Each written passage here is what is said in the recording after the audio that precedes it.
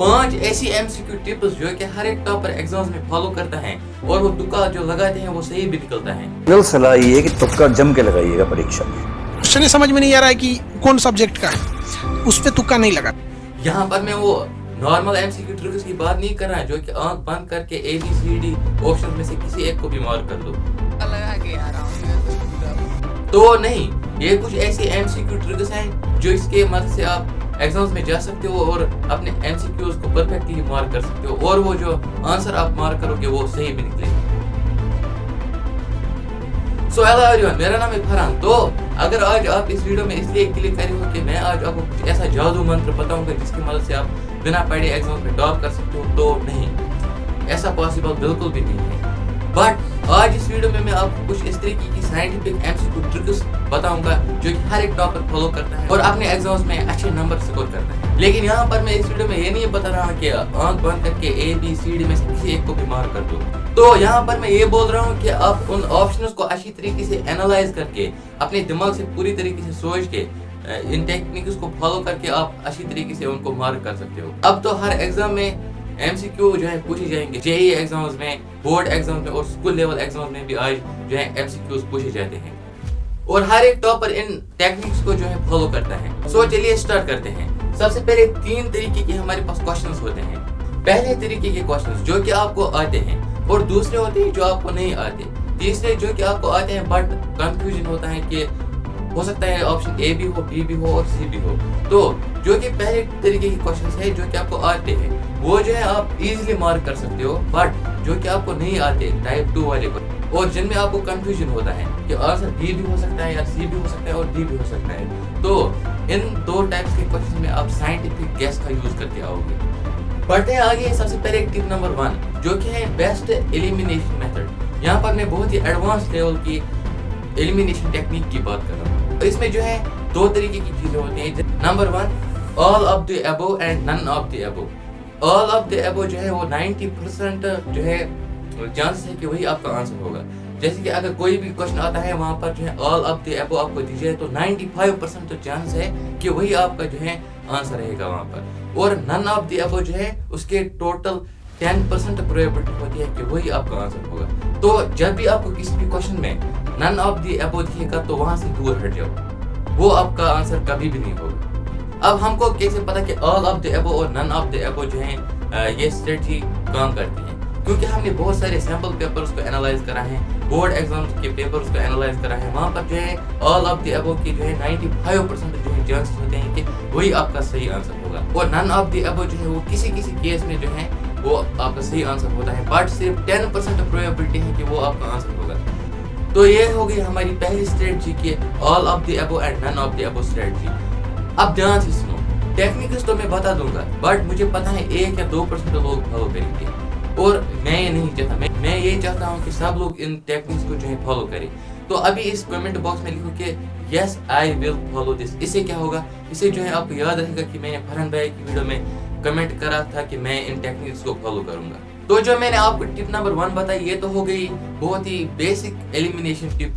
अब बढ़ते हैं कुछ एडवांस लेवल की एलिमिनेशन टेक्निक्स की तरफ और ये बहुत इंपॉर्टेंट है। रिमूव एक्सट्रीम वैल्यूज, ये जो है हमारी नेक्स्ट स्ट्रेटजी है। इसमें क्या करना है, चलिए इसको जो है मैं एक एग्जांपल की तरह आपको समझाता हूँ। 0, 27, 37 एंड 102 हमारी ऑप्शंस में एक्सट्रीम वैल्यूज को जो है हमको एलिमिनेट करना है। तो यहाँ पर जो है 102 आपको दिखाई दे रहा होगा कि ये जो है इनके बीच में जो है काफी ज्यादा डिफरेंस है, 37 और 102, यानी कि 102 को हमें हटाना है और 00 भी एक जो है एक्सट्रीम वैल्यू है यहाँ पर।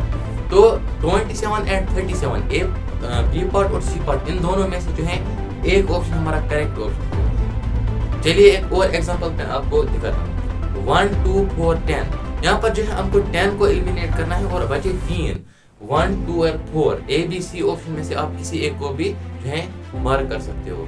अब बढ़ते हैं हमारी तीसरी टिप की तरफ जो कि है सिमिलर ऑप्शन स्ट्रेटजी।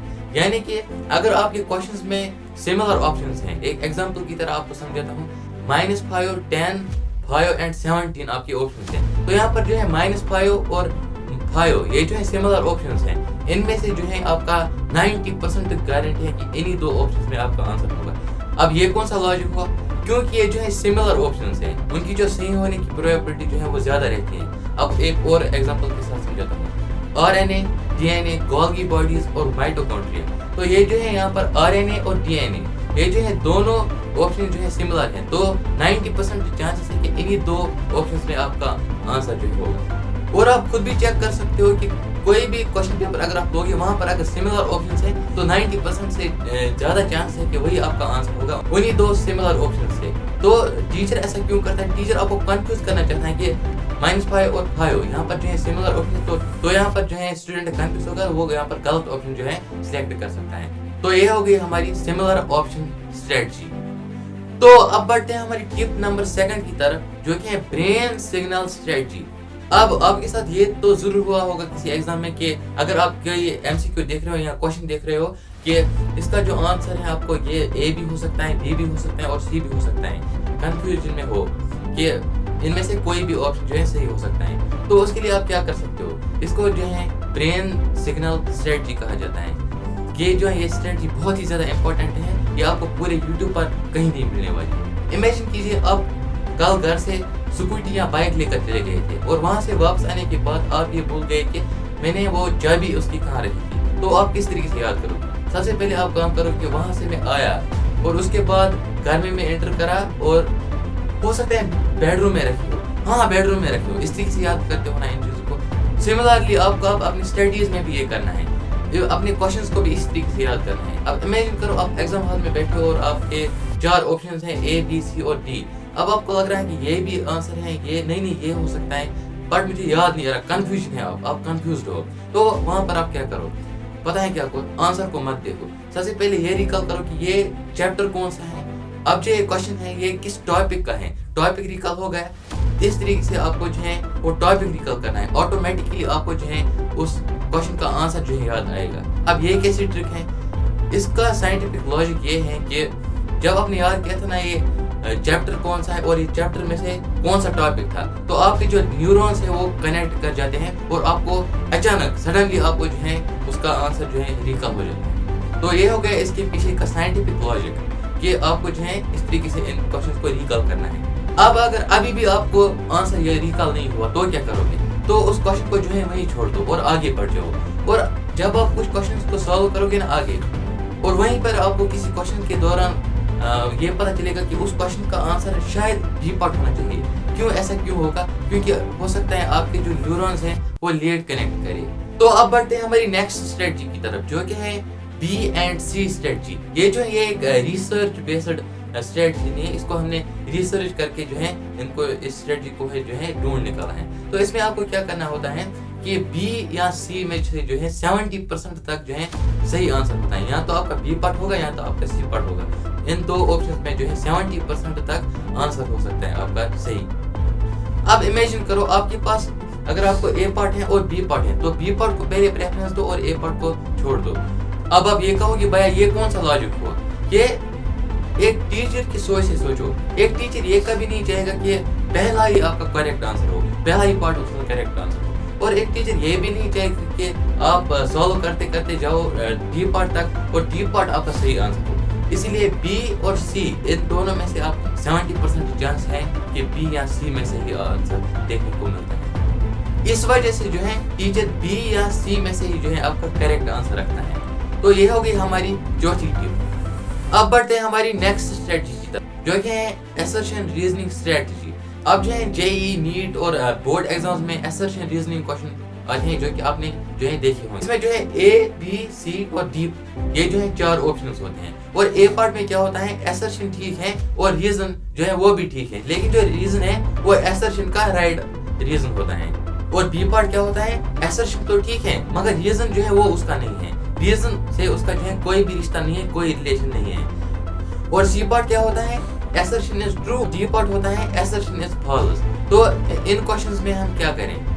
तो अब इन क्वेश्चंस की ट्रिक क्या है? इन क्वेश्चंस की ट्रिक ये है कि जो इन क्वेश्चंस के ऑप्शंस होते हैं इनमें से जो है हमेशा 80% जो है चांस होंगे कि ए या बी पार्ट में से आपका जो है सही आंसर होगा। अब ये कौन सा लॉजिक है? चलिए एक एग्जांपल के साथ समझाता हूँ। यहाँ पर 2 स्टेटमेंट दिए हैं कि एक है 2 + 2 = 4 and in addition we add 2 values. दोनों स्टेटमेंट राइट है और जो रीजन है वो असर्शन का डायरेक्ट सही आंसर है। तो यहाँ पर जो है ए पार्ट हमारा डायरेक्ट सही आंसर होगा। और अब यहाँ पर ओबियसली सी या डी में से तो हो ही नहीं सकता, क्यों? क्योंकि सी जो है वहाँ पर असर्शन फॉल्स होता है और डी वहाँ पर जो है रीजन फॉल्स होता है। तो ए या बी में से होगा, यहाँ पर ए है।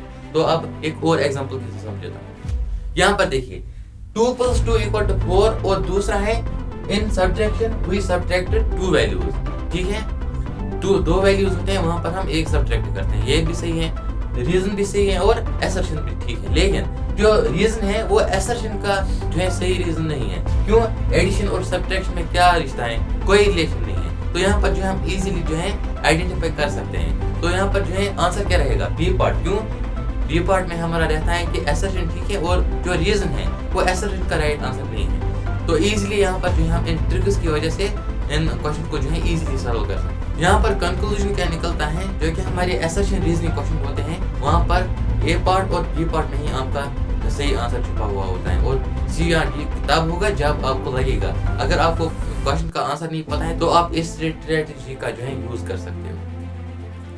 तो ये हो गई कुछ आज की स्ट्रेटजीज और टेक्निक जो कि मैंने आपके साथ शेयर की हैं। और अगर आपको ये वीडियो अच्छी लगी हो तो सब्सक्राइब करने के लिए मैं नहीं कहूँगा। अगर आपको वीडियो अच्छी लगी तो करना, नहीं लगी तो मत करें। अपने एक दोस्त से इस वीडियो को जरूर शेयर करिएगा। So thanks for watching.